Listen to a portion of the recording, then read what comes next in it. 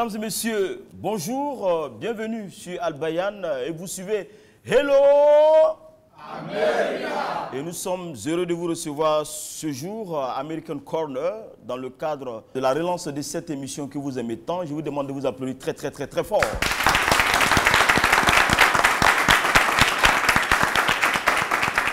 Alors, pour cette année 2022, nous recevons un invité de taille. Notre invité est un diplomate de carrière du département d'État américain avec une expérience en Afrique, au Moyen-Orient et en Europe. Il a servi au Tchad, en Allemagne, au Niger, à Addis Abeba, Éthiopie, à Madagascar et au Moyen-Orient. C'est un ancien volontaire du corps de la paix au Yémen. Il est l'actuel ambassadeur de la Côte d'Ivoire depuis 2019. Je vous demande de recevoir maintenant Monsieur Richard Bell.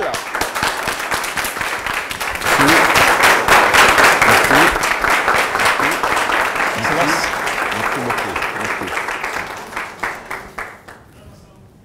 Voilà. Monsieur Richard Bell, bonjour. Bonjour.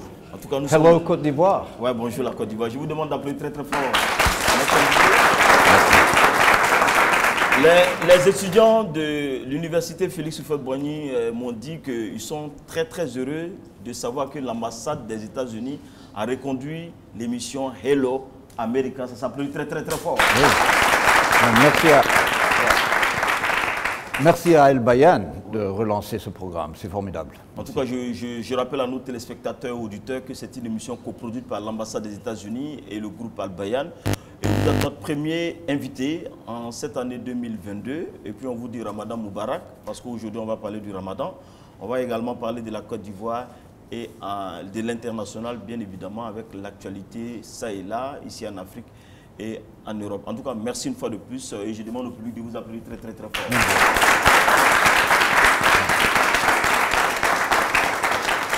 Et je dis également au public que vous aurez l'occasion de vous poser des questions. Vous êtes tout de suite, ambassadeur.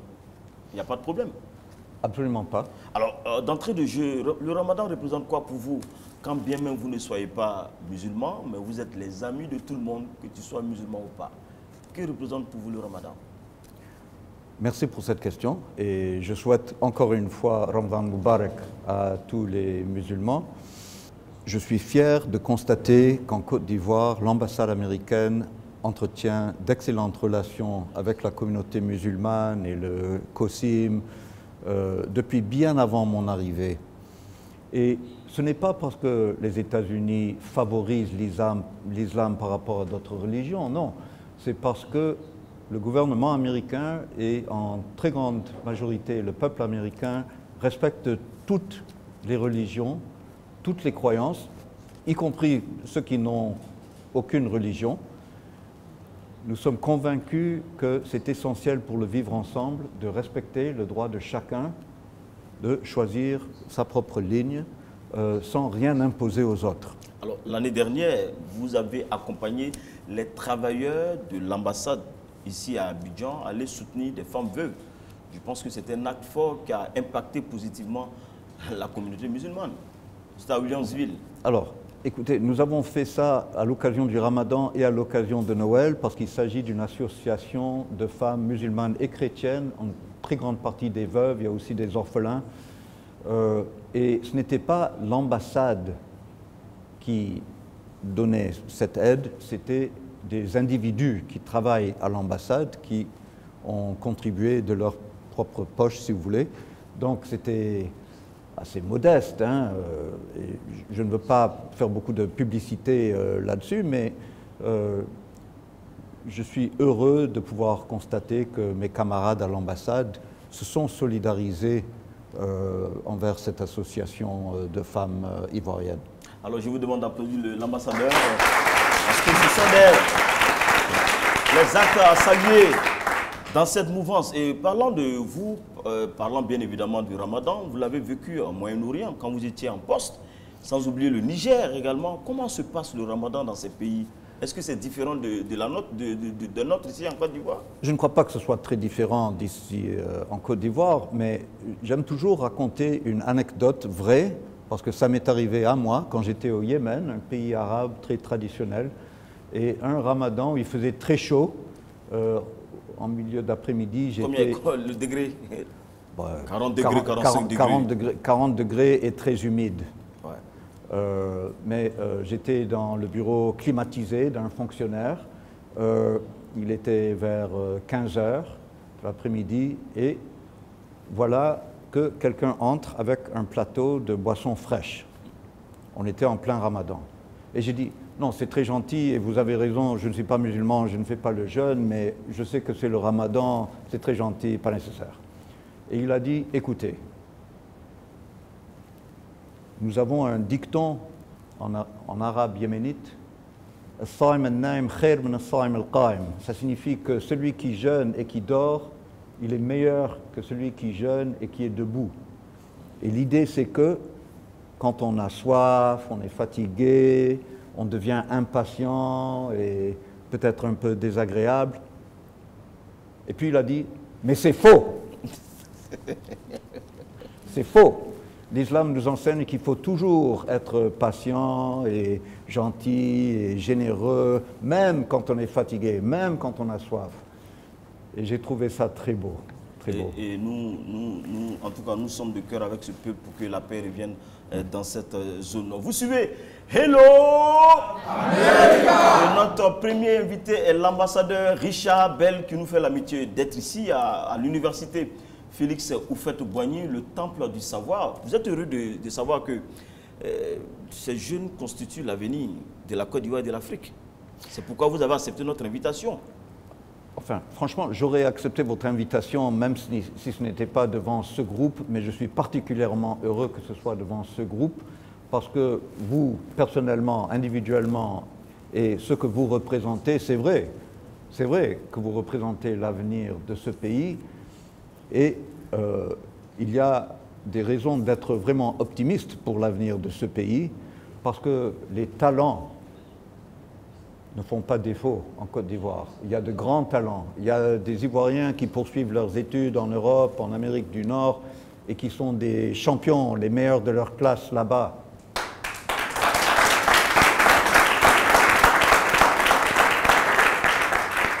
Et qui sont des leaders des associations d'étudiants, même que la Côte d'Ivoire n'est même pas un pays anglophone, alors c'est tout de même assez impressionnant. Et donc, je suis ravi de pouvoir échanger avec vous et j'ai hâte d'entendre vos questions parce que ça me donnera une idée de votre perspective, de votre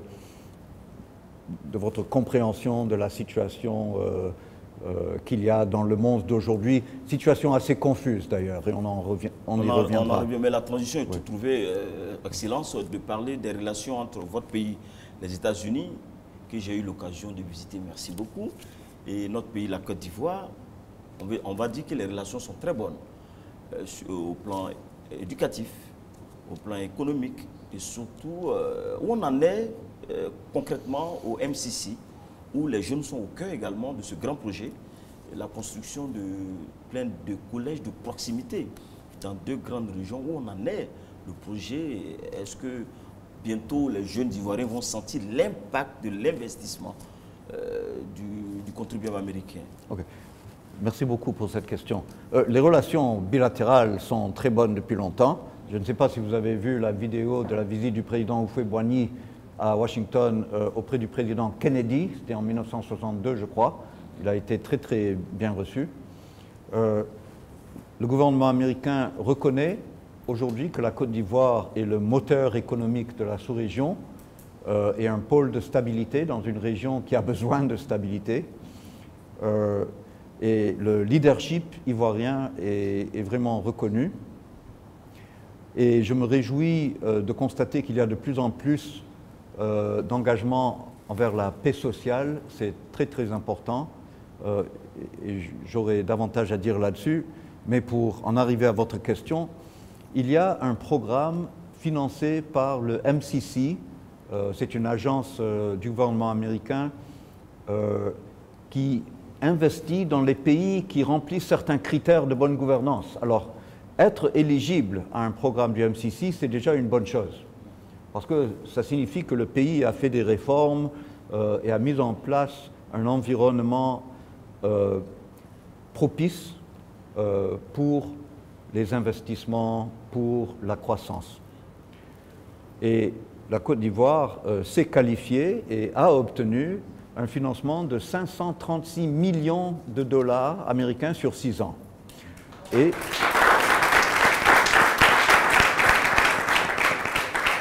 la mise en œuvre a été ralentie par la pandémie. Nous sommes déjà dans la 3e année de ce programme de 6 ans. Au début, c'était pour 5 ans, mais à cause de la pandémie, ça a été prolongé d'1 an. Et il y a 2 grands volets, éducation et transport routier. En particulier, réfection de routes entre le port et les sorties de la ville pour aller en province, donc ici à Abidjan. Éducation, c'est dans les régions de Boaké et San Pedro, la construction de quelques douzaines, quelques vingtaines de collèges de proximité situés géographiquement là où ça pourra vraiment encourager les jeunes filles à poursuivre leur éducation parce qu'elles n'auront pas à marcher si loin pour arriver à l'école.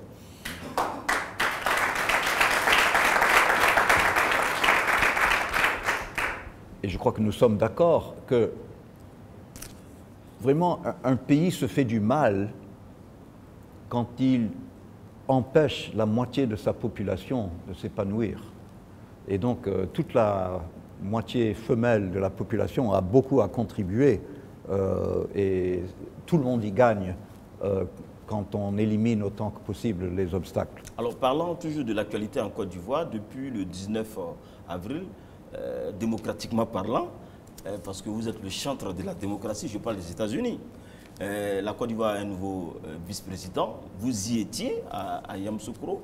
On va dire au plan constitutionnel, tout est en place. Quel regard portez-vous déjà sur la démocratie ivoirienne? Quels conseils avez-vous à donner aux jeunes? Parce que c'est eux l'avenir. Si eux sont des bons démocrates, nos pays vont se sentir mieux. Et quelle perspective, est-ce que vous êtes optimiste pour l'avenir de ce pays? Alors, quand on voit tout cela. Permettez-moi d'exprimer mes félicitations à l'égard de M. Tiemoko Kone, qui vient d'être nommé vice-président de la République. C'est quelqu'un de bien connu et de très respecté. Et par la même occasion, de féliciter M. le Premier ministre Patrick Kachi, qui vient d'être reconduit à la tête du gouvernement.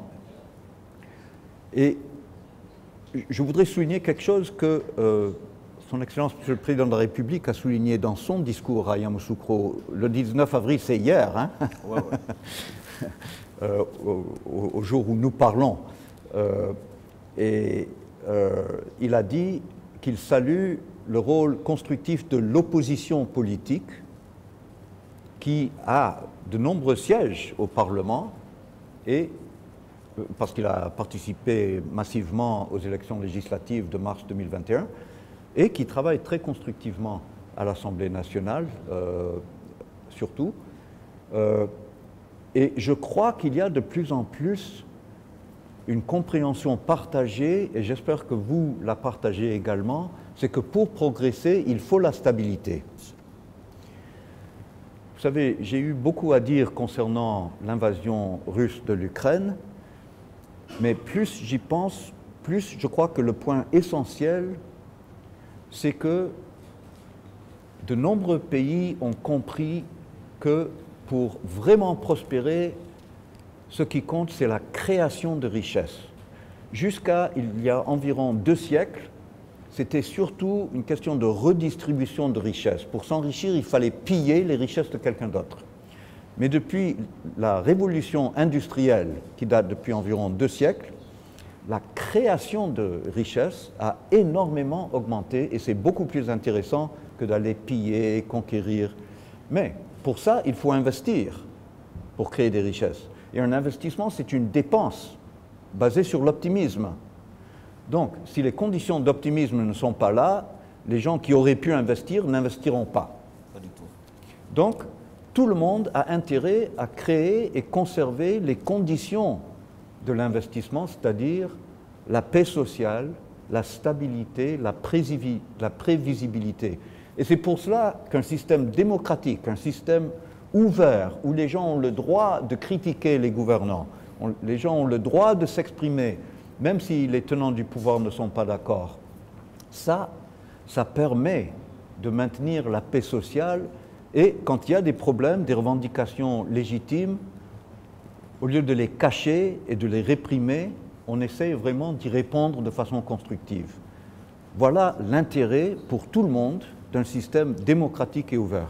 Vous suivez Hello America. Merci pour ce coup de... C'est des coups d'économie, n'est-ce pas les gars? On applaudit très très très fort. Et des coups d'histoire.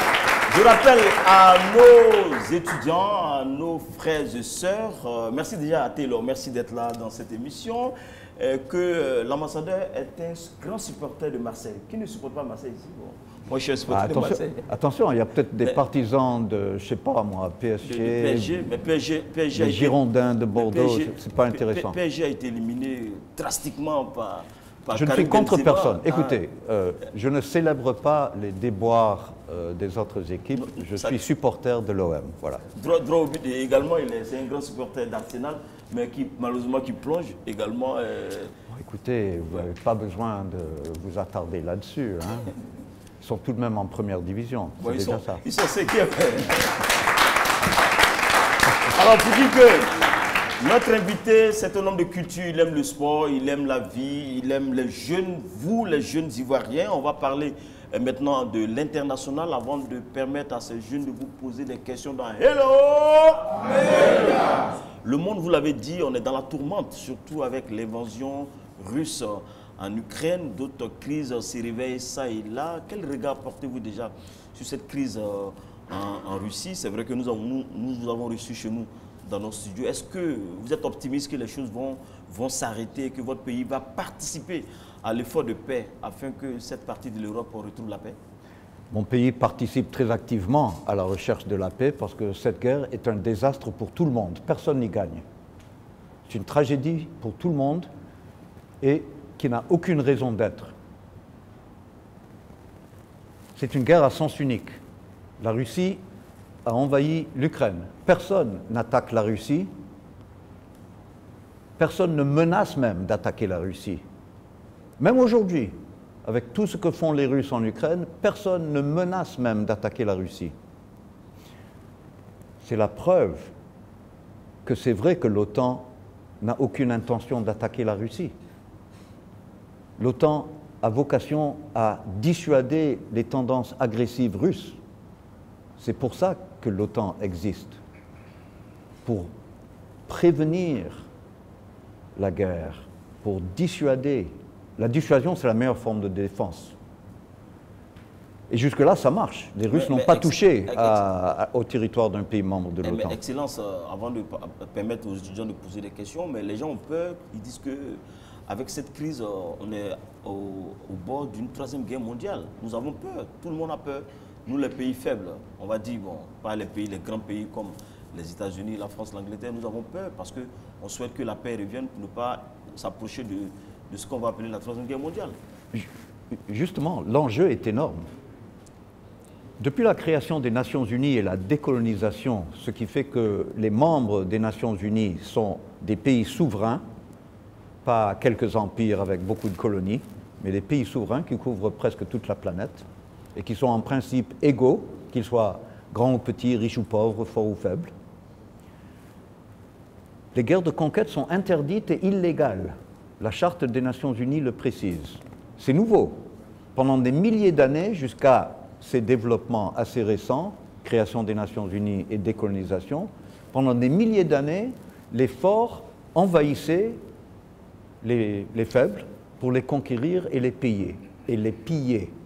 C'était la norme. C'était une norme tragique et injuste, mais c'était la norme. Ce n'est plus la norme. Et une violation de la norme ne détruit pas forcément la norme, ça dépend de la réponse à la violation. Et là, je voudrais saluer le courage et la lucidité de la Côte d'Ivoire et de tous les pays qui ont voté avec l'Ukraine, avec le droit, pour condamner l'invasion russe. Et je voudrais souligner que Vladimir Poutine pourrait arrêter cette guerre aujourd'hui sans perdre la face, parce qu'il n'a pas été arrêté militairement. Il s'arrêterait lui-même. Et quand on s'arrête tout seul, on ne perd pas la face. On espère qu'il va s'arrêter. Je vous demande d'applaudir très très fort. Notre invité du jour, l'ambassadeur Richard Bell. Vous suivez Hello America. Monsieur l'ambassadeur, vous allez vous soumettre maintenant aux questions des jeunes. des jeunes Ivoiriens, des jeunes de l'université Félix Houphouët-Boigny, le Temple du Savoir, la première université de qualité, on va dire, en Afrique de l'Ouest, ici à Abidjan. N'est-ce pas? Applaudissez-vous. Hein? Vous avez la chance de recevoir ici American Corner pour vous accompagner dans votre leadership. Donc la question, vous prenez la parole, vous vous présentez et vous posez la question à Richard Bell, notre invité de Hello. Alors, avant que un étudiant ou une étudiante ne réagisse, parlant toujours du monde, au plan économique, on voit que économiquement, beaucoup de pays sont impactés. Il y a la flambée des prix, la cherté de la vie. On espère que tout cela va s'arrêter. Le monde entier est impacté. Nous sommes tous perdants. Le monde entier est perdant avec cette guerre. C'est pour ça que nous avons tous intérêt à ce qu'elle se termine le plus vite possible. Et donc, tous les efforts de mon pays et de nos alliés sont pour inciter Vladimir Poutine, parce que c'est lui qui décide en Russie, à modifier son calcul et à voir qu'il n'a plus intérêt à faire cette guerre. Ce n'est pas pour faire souffrir la Russie. En fait, nous ne sommes pas contre le peuple russe du tout. Et le président Biden l'a dit avant l'invasion. Il a dit, en s'adressant directement au peuple russe, vous n'êtes pas notre ennemi. Mais c'est pour faire changer de calcul aux dirigeants du Kremlin. Et on va prendre la première question des jeunes. Le micro là. Le micro là. Ah, d'accord. Vous allez vous présenter et poser la question à notre invité. Je me nomme Siragi Dini Adamou, étudiant en licence du droit à l'université Félix Houphouët-Boigny de Côte d'Ivoire. Maintenant, ma question est la suivante. Moi, j'aimerais que l'Afrique soit comme les États-Unis d'Amérique, une république fédérale telle que la Côte d'Ivoire, le Mali, le Niger, le Sénégal, le Burkina, l'Afrique du Sud. J'aimerais que, on soit une république fédérale comme eux, les États-Unis d'Amérique. Donc, vous voulez savoir... Ma question est que, comment ils peuvent nous aider à être une république fédérale comme eux? Je n'ai pas très bien compris. Je veux savoir comment faire pour que l'Afrique soit comme les États-Unis d'Afrique, comme les États-Unis d'Amérique, avec tous les pays regroupés en fédération. Alors, je crois qu'il est important de respecter la souveraineté de chaque pays. C'est ça. L'ordre mondial actuel consiste en États souverains. Et c'est chaque État qui a la responsabilité de gérer ce qui se passe sur son territoire. Et idéalement, c'est le peuple qui vit dans ce territoire qui décide qui va diriger les fortunes du pays pendant une certaine période par le biais d'élections libres.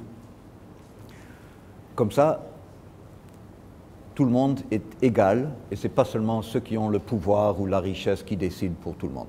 Maintenant, les critères d'éligibilité du MCC encouragent les États qui souhaitent se rendre éligibles à mettre en place des réformes pour rendre leur pays mieux gouverné, moins corrompu, plus prévisible, plus accueillant, plus équitable. Et c'est ça qui encourage les investisseurs à venir parce que les investisseurs ont le choix. Donc, je crois que de la perspective des dirigeants de ce pays, les États-Unis d'Amérique sont un pays ami sincère qui encourage les changements dans la bonne direction pour un avenir plus sain pour le pays tout entier. En tout cas, c'est ce que nous nous efforçons de faire. En tout cas, c'est un rêve d'avoir votre processus de 13 États à devenir 52 États. Je pense que cela est permis en Afrique, n'est-ce pas les gars? Donc ça s'applaudit très très fort. Devenir pourquoi pas les États-Unis d'Afrique, comme les États-Unis, parce que les gens veulent ressembler au pays de l'oncle Sam. Deuxième question. On va prendre notre ami qui est juste à côté de notre caméraman, monsieur Thomas. Asseyez-vous, asseyez-vous. Vous vous présentez votre faculté et posez la question. Ce sera l'avant-dernière question, avant la fin de cette émission. Bonjour, chers amis et messieurs. Je me nomme Soumao Aboubaka. Je suis étudiant en art plastique à l'université Félix Houphouët-Boigny. En art plastique? Oui. Ok. J'aimerais savoir,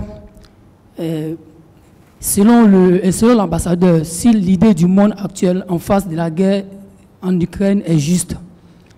Soit laisser l'Ukraine et la Russie avec leurs problèmes sans participer à la guerre, sans aider l'Ukraine. Si c'est ce qui est mieux, ou laisser ou les aider avec des armes puis des soldats. J'aimerais bien que l'ambassadeur choisisse entre cette manière pacifique et la manière avec l'arme pour vaincre la Russie. Alors, il veut savoir que par rapport au choix pacifique ou au choix de la belligérance, quel regard portez-vous sur ce qui se passe en Russie? Parce que selon les informations qu'on a, les pays occidentaux apportent des armes à l'Ukraine, n'est-ce pas? Et est-ce qu'avec ces deux éléments, on puisse régler la crise en Ukraine? Ce n'est pas une crise en Ukraine, c'est une invasion russe de l'Ukraine qui vise à conquérir le pays, et les Ukrainiens ont parfaitement le droit de se défendre et nous leur en donnons les moyens qu'ils utilisent très bien. Ils n'utilisent pas ça pour attaquer la Russie, ils utilisent ça pour défendre l'Ukraine. Cette guerre se terminerait aujourd'hui si Vladimir Poutine décidait d'y mettre fin. Personne ne menace la Russie. Et d'ailleurs, les Russes devraient se sentir beaucoup plus rassurés qu'avant, que le monde entier comprend que la Russie est un grand pays, militarisé, doté de milliers d'armes nucléaires, et que donc personne au monde ne souhaite faire la guerre à la Russie. Ça devrait les rassurer et leur permettre d'avoir un comportement beaucoup plus pacifique. S'ils se sont sentis menacés, c'était par une erreur d'analyse. Personne ne les menaçait en fait. Ok, la dernière question avant de... Vous commencez à réagir. Le producteur me dit qu'il reste quelques minutes. Allez-y, mademoiselle. D'accord. Je suis Vabé Grace Désirée, étudiante en année de licence en physique-chimie à l'université Félix Houphouët-Boigny. Voilà, ma question est la suivante. Monsieur l'ambassadeur a parlé du Millennium Challenge Corporation, donc le MCC. J'aimerais poser la question de savoir comment les projets du Compact sont-ils sélectionnés? Comment? Les projets du Compact sont-ils sélectionnés? Comment les pays sont sélectionnés? Les projets du Compact sont-ils sélectionnés? Comment les projets du Compact sont sélectionnés au niveau du MCC? Ah, ok. Alors, il y a 20 critères de gouvernance, d'allocation budgétaire, etc. Et ces critères sont tous évalués par des tierces parties, pas par le gouvernement américain. Donc, c'est pour plus d'objectivité. Et il faut non seulement avoir un score objectif certain, il faut aussi être parmi la meilleure moitié des pays concurrents. Et la Côte d'Ivoire vient d'être promue de la catégorie des pays à faible revenu à la catégorie juste au-dessus. On appelle ça, je crois, revenu intermédiaire, partie inférieure, quelque chose comme ça. En anglais, lower middle income. Et donc, puisque c'est un niveau de revenu plus élevé, la compétition est plus rude.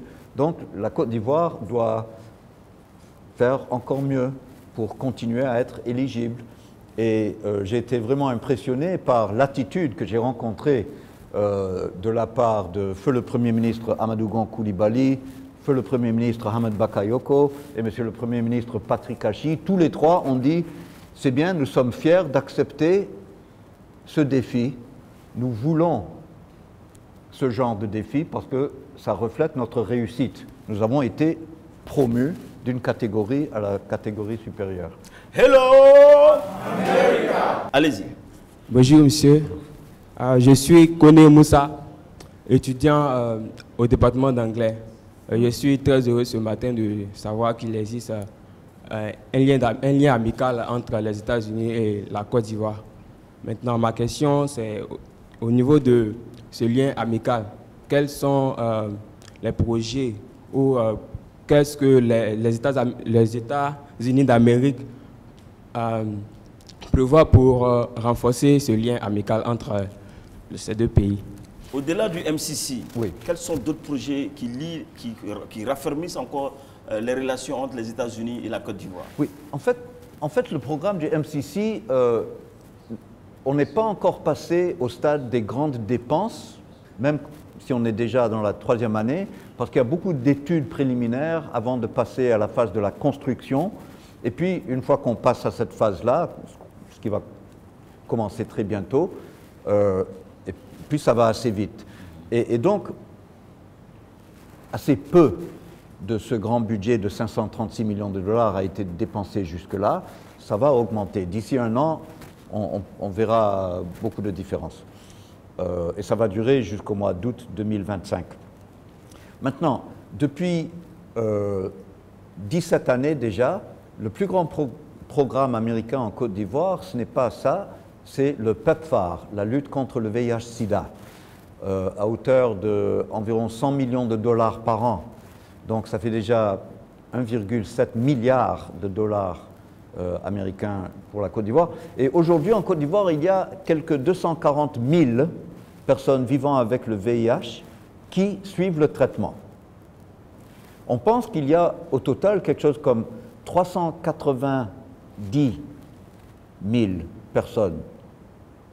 Pardon, 490 000. Non, 390 000 personnes vivant avec le VIH. Mais il y en a qui ne savent même pas qu'ils ont le virus. Donc personne ne connaît le chiffre exact. Donc on pense qu'il y a encore des dizaines de milliers à trouver. Mais ceux qui suivent le traitement, c'est très intéressant parce qu'ils peuvent non seulement se sauver la vie et la santé, mais réduire leur charge virale au point de ne pas pouvoir transmettre le virus. Ce qui sauve la vie d'autres personnes aussi. Et le traitement a été de plus en plus simplifié au point où aujourd'hui il faut prendre une pilule par jour et on peut obtenir pour 6 mois de pilule en une seule fois. Donc c'est devenu vraiment très très facile pour la personne qui a le malheur de vivre avec le VIH. Un autre programme significatif aujourd'hui, c'est l'aide contre le Covid-19. Je vois qu'il y a un centre de vaccination ici sur le campus. J'espère que vous êtes tous vaccinés parce que ça vaut la peine. C'est ça qui va permettre d'empêcher l'émergence d'un nouveau variant qui pourrait être plus dangereux. Parce que quand on est vacciné, vraiment, ça ralentit la diffusion du virus. Et le risque, c'est que le virus continue d'être diffusé, de se propager. J'ajoute que les États-Unis ont jusque-là donné à titre gratuit plus de 6,5 millions de doses de vaccins contre le Covid, rien qu'à la Côte d'Ivoire. Hello America. On prend le monsieur et ce monsieur-là et ce sera la fin de cette émission. Allez-y, votre Okay. Mon nom est Aka Jobé-Christ Emmanuel. Je suis étudiant en Master 2 de droit privé. Ma question se décline à 2 niveaux. Le niveau 1 se situe au niveau de l'invasion des Russes en Ukraine. J'aimerais savoir si cette invasion est légitime de la part des Russes. Et le second niveau de ma question est relative à la coopération États-Unis-Côte d'Ivoire. De savoir, concernant l'éducation supérieure, quelles sont les perspectives que l'ambassade américaine a pour les étudiants ici en Côte d'Ivoire? Alors la première question, c'était concernant est-ce que c'est l'invasion russe. légitime l'invasion russe sur l'Ukraine? Non, bien sûr que non. C'est illégal, c'est interdit par le droit international, par la Charte des Nations Unies. Chaque pays membre des Nations Unies, et la Russie est membre, l'Ukraine aussi est un pays membre, pour adhérer aux Nations Unies, il faut accepter la Charte. Et la Charte dit que les guerres de conquête, c'est fini. Les guerres de conquête, c'était la norme pendant des milliers d'années, mais ce n'est plus la norme. Et nous avons tous intérêt à ce que ça ne redevienne pas la norme.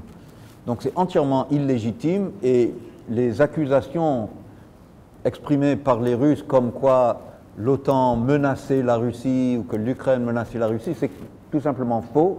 Comme je l'ai mentionné tout à l'heure, même maintenant, personne ne menace la Russie, même maintenant. C'est la preuve que personne ne menaçait jamais la Russie. La deuxième partie de la question, c'est les perspectives concernant au plan éducatif, n'est-ce pas? Par rapport aux universités américaines en Côte d'Ivoire, quelles sont les perspectives pour les jeunes Ivoiriens? Alors il y a quelqu'un à l'ambassade américaine à Abidjan qui est spécialiste de cette question. Donc tous les étudiants, tous ceux qui s'intéressent à étudier aux États-Unis peuvent prendre contact avec cette personne à l'ambassade, et j'ai des collaborateurs ici aujourd'hui qui pourront vous donner les informations. Vous pouvez trouver ça sur le site internet de l'ambassade. Et il y a un très grand nombre d'universités aux États-Unis, un très grand nombre de programmes. Il y a aussi quelques programmes d'échange culturel. Si ça ne dépendait que de moi, je multiplierais ces programmes par au moins 10, parce que je pense que ce sont des programmes excellents. Malheureusement, vous l'avez deviné, ça ne dépend pas de moi, mais je suis entièrement pour mais tous ces les jeunes échanges. ils sont éligibles, mais il faut qu'ils travaillent, c'est tout. Ils sont tous éligibles. C'est vraiment une compétition, mais je ne doute pas de la capacité des Ivoiriens à réussir dans une compétition. Donc si ça vous intéresse, je vous encourage à prendre contact avec la dame qui s'occupe strictement de ça, d'aider les Ivoiriens à prendre connaissance de ce qui pourrait leur convenir aux États-Unis et quelles sont les procédures à suivre et tout cela. Je pense que c'est Nina Toyo que nous saluons Exact. au passage. On va prendre la dernière question. Juste mon ami qui est derrière. Je suis Kwasi Kwame Franck Alassane, étudiant en master en anglais, option civilisation américaine. Alors, ma question va, pour pas dire, regarder un peu la crise en Ukraine. Donc, c'est savoir, la guerre en Ukraine impacte déjà le monde dans son entièreté, mais l'Europe en particulier. Quand on regarde donc la rupture des relations entre la Russie et le reste du monde. Donc la question c'est, quelle alternative les dirigeants européens pensent pouvoir mettre en place pour résoudre le problème de carburant en Europe et bientôt en Afrique? Je ne parle pas au nom des Européens, mais je sais qu'il y a des discussions en cours entre mon gouvernement et plusieurs gouvernements européens de pays qui ont ce problème, c'est qu'ils ont besoin de trouver des ressources en énergie s'ils vont arrêter d'importer des produits russes. Et nous avons la possibilité d'augmenter notre production aux États-Unis. Il y a certains qui s'amusent à présenter ça comme Une arme. quelque chose qui profite aux Américains, comme si les Américains profitaient de cette guerre. Personne ne profite de cette guerre. Il peut y avoir des éléments positifs dans une situation négative, mais cette guerre est négative pour tout le monde. Et si nous augmentons notre production pour permettre à nos amis européens d'avoir les ressources en énergie dont ils ont besoin, c'est constructif, mais ça ne veut pas dire que nous profitons de cette guerre. Personne ne profite de cette guerre, c'est un désastre pour tout le monde. Voilà, chers amis, chers téléspectateurs, chers auditeurs, vous venez d'entendre l'ambassadeur Richard Bell. Je vous demande de l'applaudir très très très fort. Nous allons aller vraiment vers la fin de cette émission. C'est le retour de Hello.